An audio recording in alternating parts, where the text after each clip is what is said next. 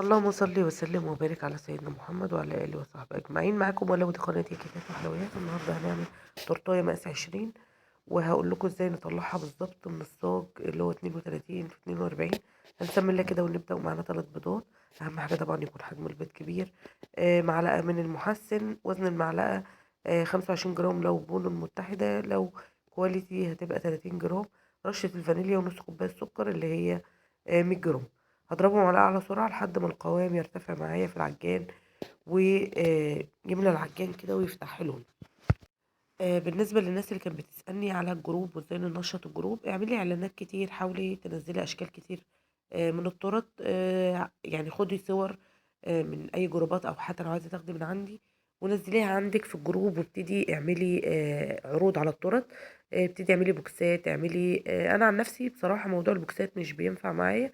يعني انا جربت انزله كذا مره، الناس كلها بتبقى حابه موضوع التورت، ان انت تاخدي تورتايه. وبالذات كمان لما يبقى عليها عرض اللي هو الجاتوه. طبعا انتوا عارفين ان انا بعمل عرض تورتايه مقاس 18 وثلاث قطع جاتوه، كان ب 100 وبقى 120. فلما بنزل بوكسات حتى لو البوكس ب 100 مثلا، بيقول لك لا، التورتايه وثلاث قطع جاتوه اللي هو ربع دسته احسن لنا من البوكس. فانت لو بيشتغل معاكي البوكسات اشتغلي يعني. بس انا هحاول الفتره اللي جايه اعمل سيريس رول، وهنعمل عليه عروض برضو لان مطلوب مني. زي ما انتم شايفين كده القوام لما بيرتفع معايا كده وبيبتدي اللون يفتح ويبيض، يعني مش يبقى لونه اصفر. هو الاول بيبقى القوام لونه اصفر، بيبتدي حتى الصفار بتاعه يفتح درجه درجه لغايه ما يوصل اللون للدرجه البيضاء اللي هو زي الكريم شانتيه، كانك عامله ضربه كريم شانتيه بالظبط. هي دي المرحله اللي بنبتدي نضيف فيها الميه. طب وزن الميه قد ايه؟ 200 جرام، كوبايه وزنها 200 جرام. لو انت حاسه ان كميه الميه كتير، من البدايه ضيفي 4 بيضات وحطي كوبايه الا ربع ميه. عايزه تحطي نص كوبايه من الميه، هتضيفي 5 بيضات. طبعا اهم حاجه يكون حجم البيض كبير. حبيبة قلبي كانت بتسألني هو انا المية لو قللت في البيض وزودت في المية زي ما انا بعمل، الطعم بيختلف؟ هو نفس الطعم ونفس القوام نفس الارتفاع نفس كل حاجة. انا جربت ده وجربت ده ولقيتهم الاتنين واحد. بس طبعا في ناس بتقول لك لا كمية المية كتير. لا، طب انت حاسة ان كمية المية حابة تقللي، يبقى انت من البداية هتضيفي البيض. من البداية هتزودي حبات البيض. هبتدي اضيف بقى المية بضيفها واحدة واحدة، يعني مش بحط المية مرة واحدة.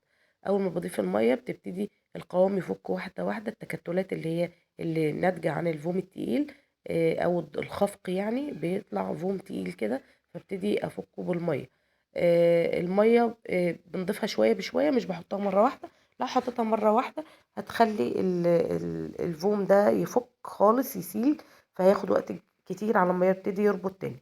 فالاحسن ان احنا من البدايه نضيف الميه شويه بشويه لغايه ما اخلص الكميه كلها اللي هي الكوبايه ال 200 جرام. يعني في البدايه كده زي ما بقول لكم، لو انتوا حاسين ان كميه الميه كتيره يبقى حاولي تزودي في البيض.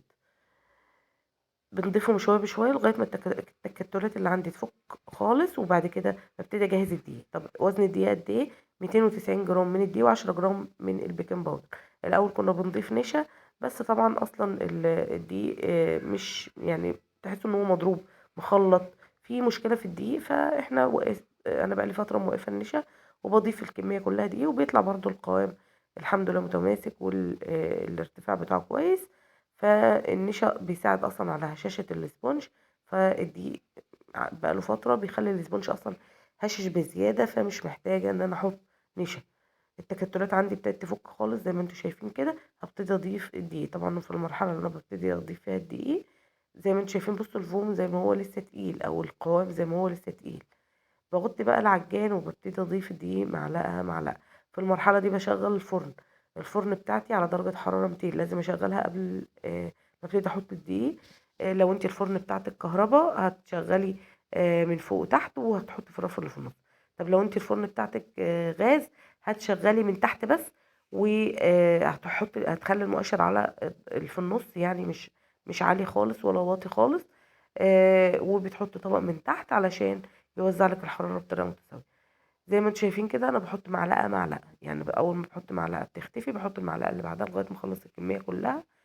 وده بيساعد برضو ان الكمية بتاعتي تفضل زي ما هي، مش ما تقلش. الناس اللي كانت بتقول لي ان الكمية ساعات بتقل، لو مشيتي على الخطوات دي عمرها ما تقل معاكي.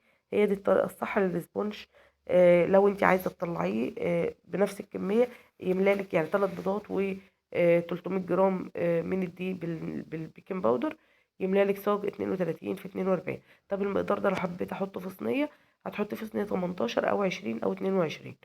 ال 18 هيطلع لك 4 طبقات، ال 20 هيطلع لك 3 طبقات مرتفعين، ال 22 هيطلع لك 3 طبقات بس مش مرتفعين قوي. لو حطيتي في اكتر من كده عمره ما هيطلع لك ال3 طبقات، يعني هيطلع لك بقى طبقتين. طيب انا عايزه اعمل نفس المقدار ده في صينيه مثلا 25 مثلا 25، يبقى هعمل المقدار ده مرتين. يعني المقدار اللي هو ال3 بيضات وال300 جرام من الدقيق هتعمليه مرتين. لو انت عايزه تعملي في الصينيه اللي هي الوسط المستطيل، المقدار ده تضربيه مرتين. انا زي ما انتم شايفين بحط معلقه معلقه لغايه ما الكميه بتاعتي كلها تخلص. طيب خلصت كده الكميه بتاعتي كلها، هبتدي اجهز الصاج بتاعي. طبعا انا سرعت الفيديو عشان خلاص انا شرحت كل الخطوات، بس هو احنا بنشتغل على سرعه واطيه. هوقف العجان وهبتدي انزل كل اللي موجود في الكف، وهبتدي اديله ضربه كده بالسباتولا عشان لو في اي بواقي دقيق في القاع او في الجناب ما يعملش تكتلات كده في الاسبونج. وهاخد اقل من نص الكميه هحطها في الصاج، والكميه اللي فاضله هحط عليها معلقتين من الكاكاو وهديها برضو ضربه كده. طب ليه انا خدت اقل من نص الكميه؟ لان اصلا الكميه اللي بتفضل دي لما بحط عليها كاكاو بتقل شويه، فلو خدت نص كميه فالنص التاني هيبقى اقل. ففي التسوية هيبتدي تحسوا ان الجنب اللي فيه كاكاو يعني اقل ارتفاع، او في التسوية كمان مش بيبقى مظبوط. يعني الناس اللي كانت بتسألني ان هي بتعمل المقدار في صينية واحدة وتسوية واحدة وبيطلع مش مظبوط، طبعا راجع ان احنا بنقسم المقدار بالنص بالظبط، وطبعا الكاكاو بيقلل في الكمية، فنحاول نخلي كمية الاسبونج في الفانيليا اقل شوية، ونزود في الكاكاو عشان تبقى تطلع لي النتيجة مظبوطة بالظبط في الكمية وفي التسوية. يعني خدوا بالكم من الموضوع ده علشان بيفرق في التسوية وبيفرق في الحجم. سويت الصاج زي ما انتم شايفين، طلعوا الاتنين زي بعض بالظبط، وهدخلهم الفرن على درجة حرارة 200، بحط في الرف اللي في النص. هنيجي بقى للكريمة زي ما انتم شايفين كده، الكوبايات المعيارية، علشان الناس اللي كانت يعني بتتكلم في موضوع الميزان. زي ما انتوا شايفين كده، لو انا هوزن بودر على الميزان، الكوبايه المعياريه دي المفروض ان هي وزنها في السائل 250، لكن في البودر بتديني 100 جرام. زي ما انتوا شايفين كده، لو وزنت الكريمه 100 جرام، لكن لما باجي اوزن الميه بتديني 200 جرام. فاهمين يعني؟ الكوبايات المعياريه الاوزان بتختلف من البودر للسائل. طبعا انا بحط كوبايتين من الميه على كوباية من الكريمة. يعني الكريمة لو 100 جرام، يبقى هنحط عليها كوبايتين اللي هما 400 جرام. يعني انت لو بتضيفي كوباية كريمة عليها كوبايتين مية، هتلاقي في الاخر وزن المية معاكي 400 مش 200. يعني خدوا بالكم من الموازين يا جماعة، علشان الناس اللي ما بتعرفش تظبط الكريمة. طب السكر قد ايه؟ 100 جرام. يعني 100 جرام سكر بيبقى نص كوباية. 100 جرام كريمة بيبقى كوباية. كوبايتين من المية عليهم بتبقى 400 جرام. طبعا لو انت عايزة تشتغلي بالكوبايات مفيش مشكلة، بس عشان تبقى عارفة ان الموازين بتختلف للناس اللي كانت بتسأل عن الموازين. طبعا الصاج طلعته برد شوية، وبعد كده ابتديت اقلبه زي ما انتم شايفين، وهشيل الورق اللي هو بتاع الخبز زي ما انتم شايفين، تسوية مظبوطة. بقسم الصاج نصين، وبعد كده بقطع كل نص على 3 عشان يطلع لي 3 فانيليا و3 من الكاكاو او الشوكولاتة. بثبت بس كده كريمة في البورد من تحت عشان التورتة بتاعتي ما تتحركش، وببتدي اسقي سقية بسيطة جدا. السقية دي بقى بتخلي ان السبونج ما يشربش من الكريمه، من السوائل يعني الموجوده في الكريمه، فتحس ان الكريمه كميتها بتقل او حاجه. لكن لو السبونج اصلا هاشش بزياده او طري او حاجه، ما تحاوليش تسقي، علشان ده يعني بيخلي السبونج هش قوي يعني آه، في التقطيع او كده. انا عن نفسي مش كل السبونجات بسقيها. طبعا حابه تحطي بقى اي حشوات، حابه تحطي جيلوهات، عايزه تحطي. انا حطيت جناش، وطبعا بسوي كده وبدخلها التلاجة تشد شويه، بعد كده بطلعها ببتدي اجلس. طبعا التلاجة بتخليها بتبقى وانتي بتشتغلي متماسكه معاكي، للناس اللي برضو لسه مبتدئ والسبونج مش بيظبط معاها. دخول التورته او السبونشات التلاجة قبل التجليس حلو جدا. وكمان لو هتديها طبقة بسيطة كده من البداية علشان تلم الفرفتة بتاعة الكيك، وبعد كده ترجعي تديها التجليس الأخير ده برضه بيبقى حلو جدا في التماسك يعني. خلي لك التورتايه متماسكه لغايه ما توصل للعميل لو انت شغاله فيها في نفس اليوم، فما تقلقيش.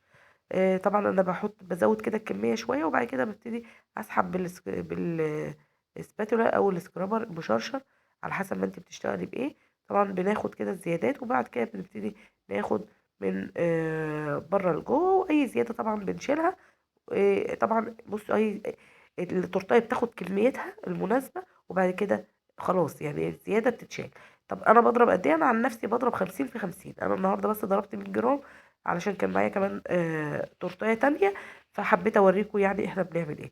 لكن انا عن نفسي في شغلي بضرب 50 جرام بيخلصوا، بضرب 50 تاني. طب تورتايه زي كده بتاخد معايا قد ايه؟ تاخد معايا حوالي 75 جرام بالفينش بتاعها بكل حاجه. يعني بالطبقات بالتجليس بكله بتاخد معايا 75 جرام. طبعا عشان انا العجان بتاعي يعني بيخلي الكريمه ترتفع، فانت لو بتشتغلي بمضرب او بعجان مختلف ممكن تاخد معاكي 100 جرام من الكريمه. ابتديت اعمل دربات كده بالجناش. طبعا الجناش كنت لسه عاملاه، فتحس ان هو ايه يعني سايح شويه، والمفروض ان انا اسيبه في التلاجة يمسك شويه، بس انا كان الجناش عندي خلص وما اكتشفتش الا بعد ما اشتغلت يعني، فاشتغلت فيها على طول. عملت وردات كده بالكريمه البيضاء، وحزمت التورتايه كده من تحت برضو بالكريمه البيضاء علشان هبتدي ادخل فيها لون تاني. فكنت محتاجه بقى القمع يعني، وده قمع النجمه المفتوح. وببتدي برضو اوزع باي حاجه فيها كريمه بيضاء. والتورتيه التانية بصوا بقى، كنت دخلت بقى الجناش الفريزر، شد شويه على ما خلصت. حاسه ان هي يعني تقل شويه. يعني انت لو شغاله بجناش لسه عاملاه، احسن ان انت تسيبيه يا اما يبرد يا اما تحطيه في الفريزر بسرعه كده هتلاقيه شد شويه. برضه هعمل بالكريمه البيضاء، لان الاتنين دول كانوا يعني مطلوبين يتعملوا بوردات من اللون الابيض. فقلت برضه اخلص دي كمان علشان ابتدي اشتغل باللون التاني. عملت برضه معلقتين كده من الكاكاو على بقيه الكريمه علشان اوزع برضو وردات كده زي ما انتم شايفين. واي مكان بقى حاسه ان هو فاضي ببتدي احط فيه روزتات كده، او من اللي هي بقمع برضو بقمع النجمه، بتديني النجمه كبيره شويه. وبرضو بحزم التورتيه من تحت كده، كنت عامله واحده وسايبه مكان واحده تانية، فابتدي احط في المكان الفاضي. دي كده كانت مطلوبه تتعمل بنفس الشكل، وهدخلها بقى التلاجة على ما اعمل التانية. دي كانت مطلوبة بقى تتعمل بالوردات بس لونها اللي هو البينك الفاتح ده. فحطيت نقطة بسيطة جدا من الألوان الماجيك، نقطة يعني أقل من نقطة كمان، اديتني الدرجة دي عشان اللون ما يغمقش. وطبعا احنا قلنا قبل كده ازاي نحول الألوان البودرة لألوان جل للناس اللي ما عندهاش. وده القمع اللي بيعمل اللي هو ورق الشجر. حبيبتي اللي كانت بتقولي صورهولي، خدي بقى منه سكرين كده. وانت اصلا لو رحت عند راجل قلت له عايزه القمع اللي هو بيعمل الشكل بتاع ورق الشجر هتلاقيه في منه احجام كتير. انا دايما بجيب الوسط، وهحط كده في النص من الجناش. وطبعا الجناش عملناه برضو مع بعض كذا مره، وبنحط عليه معلقتين بس من الجيلو الشفاف عشان يتقل ويبقى عامل زي جيلو الشوكولاته. ودي التورتيه برضو ابتديت اوزع عليها برضو من ورق الشجر كده بسيط جدا. وبرضو هحط في النص من اللي هو الجيلو او الجناش الشوكولاته. وطبعا يعني برضو عملناه مع بعض. وعلى كل 100 جرام من الشوكولاته بنحط 75 جرام من الميه. طبعا احنا دلوقتي بنزود الميه شويه عشان في الشتاء المقادير بتختلف عن الصيف في الكريمه وفي الجناش عشان ما يبقاش تقيل معاكي قوي. فزودي 25 جرام من الميه زياده يعني لغايه ما يظبط معاكي. حاولت يعني حسيت ان هو تقيل شويه، زودي معلقتين بمعلقتين لغايه ما القوام يظبط معاكي. وطبعا بتسيبيه يبرد، وبعد كده بتحط عليه معلقتين من الجيلو الشفاف، هيديكي النتيجة كويسة جدا. طبعا هتدخليها التلاجة تشد شوية قبل ما تحط حروف ولا تحط أي حاجة. وطبعا الحروف دي بنعملها في المولد اللي هو السيليكون بتاع الحروف. وبعد كده بطلعها بديها تلميعة كده بسيطة جدا من الدست اللي هو الذهبي أو النحاسي. ده نحاسي اللي أنا جايباه الأخير ده، اللي وريته لكم في فيديو المشتريات تقريبا كان ب35 جنيه. بيقعد فترة كبيرة جدا يعني. وبنوزع كريسبي. وطبعا الكريسبي انتوا عارفين احنا بقى انا بجيبه ابيض، وببتدي اديله رشه برده من الدست كده بيديني الدرجات اللي انا عايزاها بقى. وزعت كده من الكريسبي اللي هو الصغير، وابتدي اوزع برضو سبرينكلز وفرماسيل كده شويه صغننين، برضو بيدوا شكل حلو قوي. وبرضو انا بحط لهم شويه من الدست زي ما انتم شايفين كده، وزعتهم كده على الوردات كده، بيدوا في الفينش يعني بيدوا شكل حلو قوي. دي كانت التورتايه بتاعتي، طلعتها على 200 جنيه. ودي التورتايه التانية برضو حطيت نفس الحروف، برضو عملت لها دست. وده العرض اللي بطلعه ب 120. يا رب الفيديو يكون عجبكم واستفدتوا.